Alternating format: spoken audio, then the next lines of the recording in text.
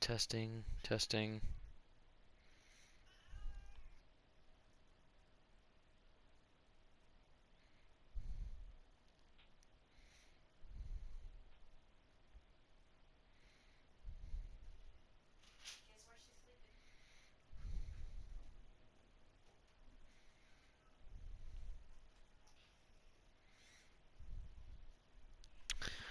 Okay, here we are back for a week 9 predictions video. I kind of put it out kind of late. Didn't really give anybody a chance to join. In the future, I'll try to plan it ahead of time more. Um, we're going to do our basic thing. It's just me for this video. Um, if you believe people are breaking rules or something like that, make sure you're telling them to stop if they're not getting a response or they continue to do so. Make sure you're telling one of the commissioners about it, preferably with proof. I'm not sure what we can do for you if you don't have any kind of proof to back it up. It's going to be a he said, she said type thing. But if you do need a message to commish, it's myself, Jason, the Jaguars user, Dean, he's the Packers, Dwayne, he's the Cowboys, Leslie, he's the Browns, Savon, he's the Dolphins, and Peso, he's the Lions, and Twan, he's the Titans. Trade deadline has passed now.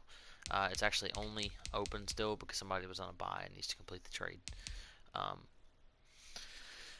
we're going to do our normal thing. MVP race is out, so that'll be fun and interesting to look at. Let's go ahead and get into it.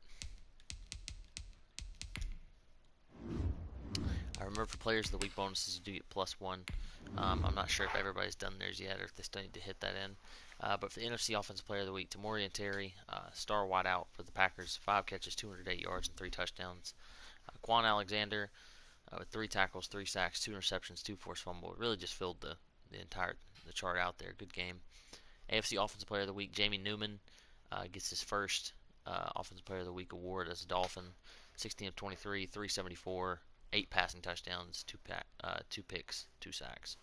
And the Honey Badger, getting old but still making plays with 3 tackles, 2 interceptions, and touchdown. The AFC Defensive Player of the Week.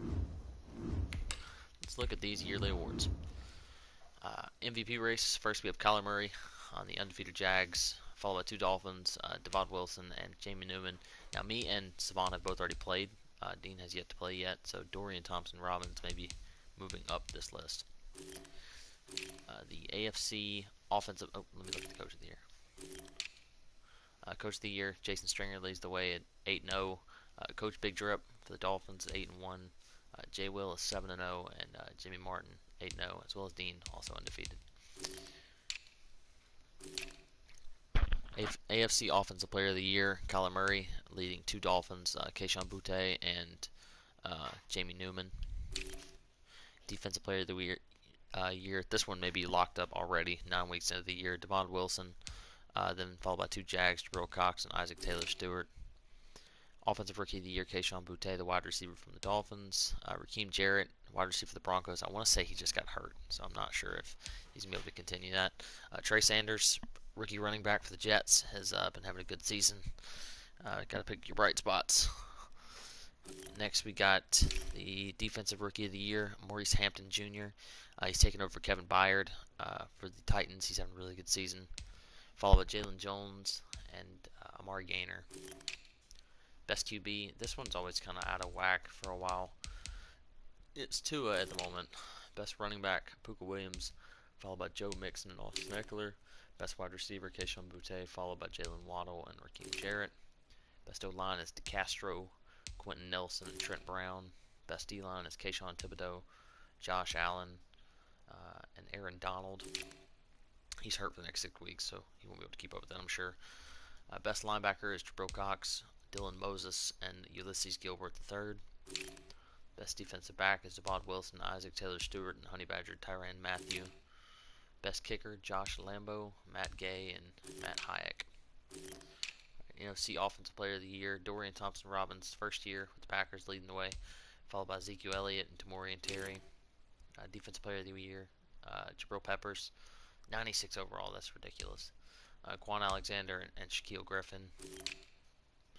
Offensive Rookie of the Year, Simi Fehoko. I'm not sure what position he plays, probably a wide receiver for the Giants. Followed by Breece Hall, running back for the 49ers, and Dominic Blaylock, wide receiver for the Packers. Looks like another Packer in there as well.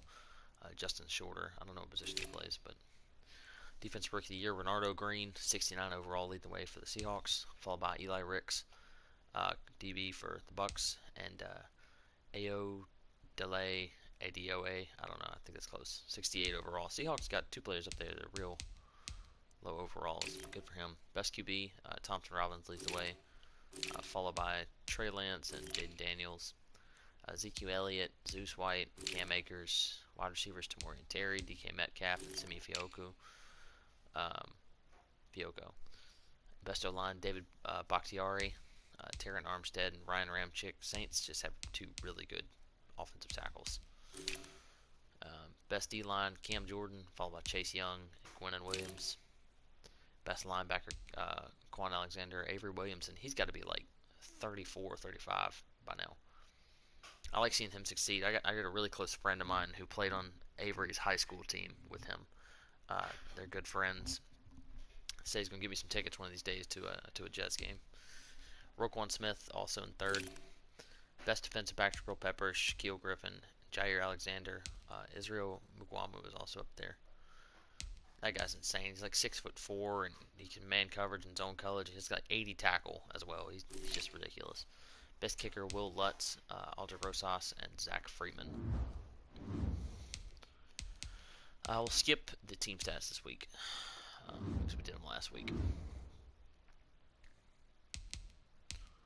Let's look at the schedule. A few games been played already. Got a 70-0 blowout win for the Dolphins here. He led 49-zip at halftime.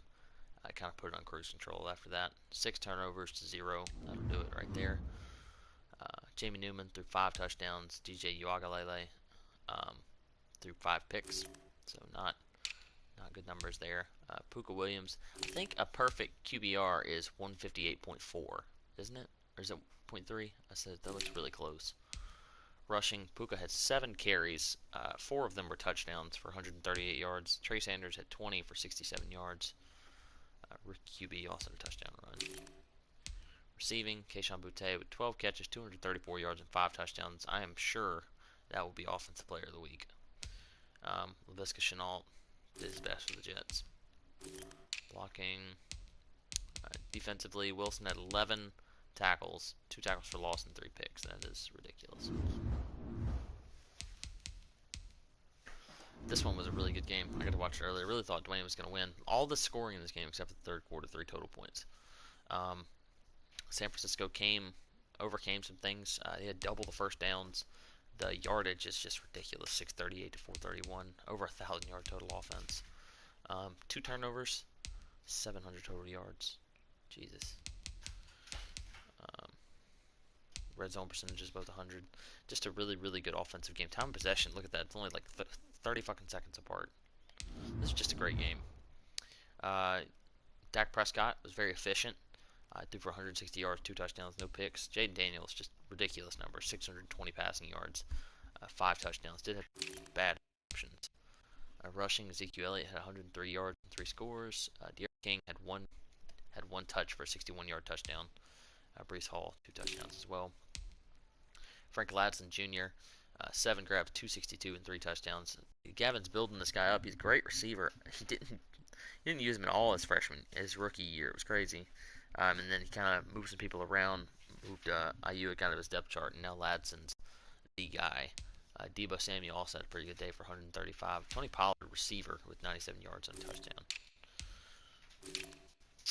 Let's see here. This is where I want to see the picks.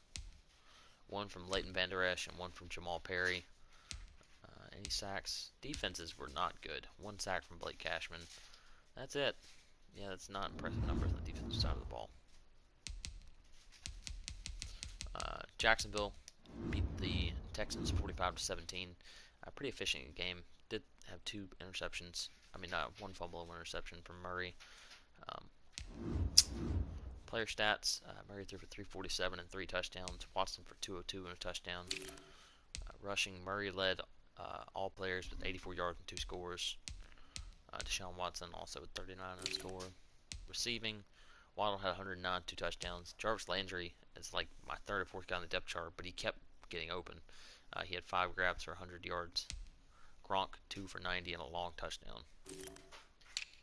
Ingram also had the score. defensively, Jabril Cox and Richie Grant, 7 tackles.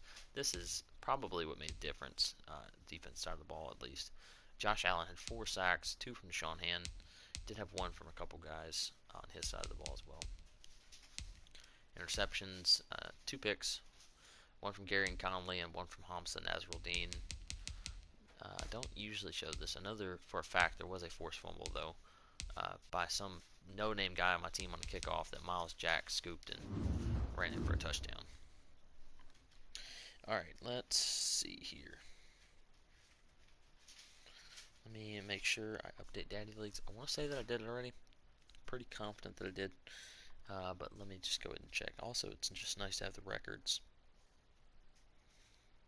on standby while we do it. Oh man, I'm getting old. I'm ready to go to bed. It's only like 10 p.m. Alright, we got the 0-7 Colts playing the 3-4 Falcons. Falcons have a pretty good run game. Zeus White and Josh Jacobs, but he's not been as consistent, especially on the defensive side of the ball. He's kind of struggling, but he looks to get back to 500 here with a win. I think he's going to do it. Indy's been playing really, really bad defense, more importantly, most than anything. But he does a decent job of stopping the run. You have a lot more success against him when you pass. But I'm going to take the Falcons to win this game, probably by blowout. Next, we got the Raiders at 1-7 playing the 2-5 Chiefs. Chiefs have not looked that bad the last couple weeks. They played the Chargers real close. Raiders only win as a forced win. I don't know what happened to C Money this year.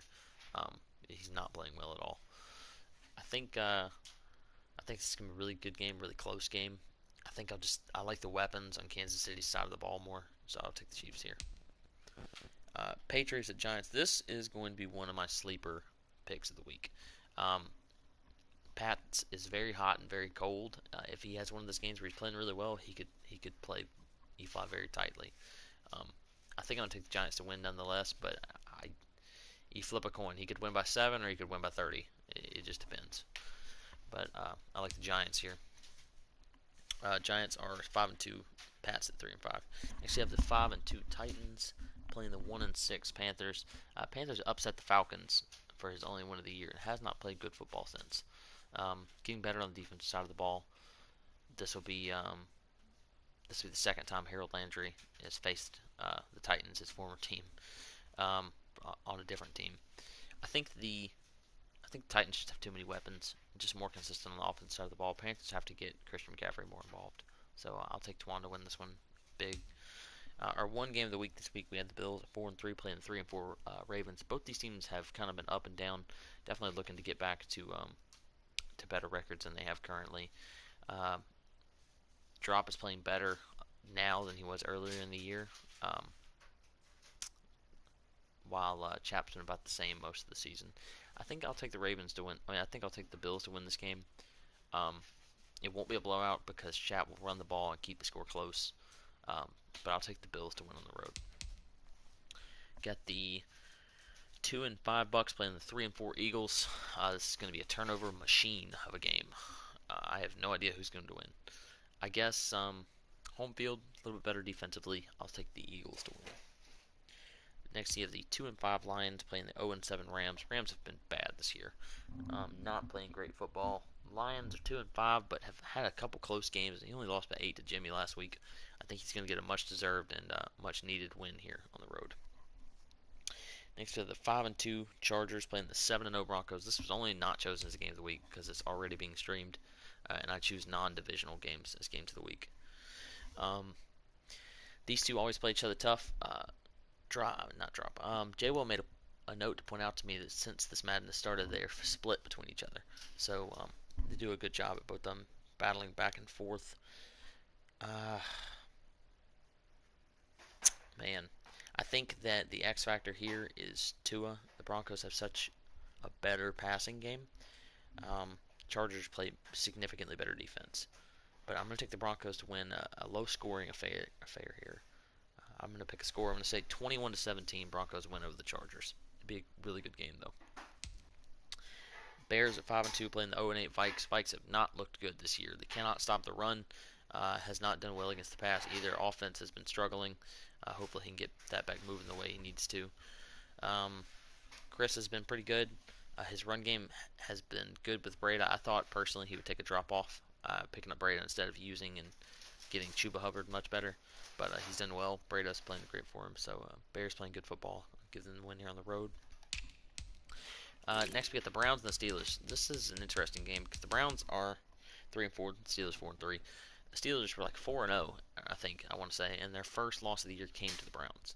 So he's kind of slowed down definitely. Leslie's looked up and down. He's traded for some pieces he likes on both sides of the ball. I'm going to give it to Leslie here. I think he's starting to get back to where he needs to be playing football. Um, he's starting to play better on both sides of the ball. Steelers have an airtight defense, but his offense struggles. So to me, it's going to be about not turning the ball over for the Browns in this game. If he can keep his turnovers limited, he's got a really good chance to win. So I'll take the Browns to win this one. I don't know, 24-14 or something. Be a good game though. That's gonna do it for the predictions video. Kind of fast because nobody else was in it, but that's fine. Everybody have a good night.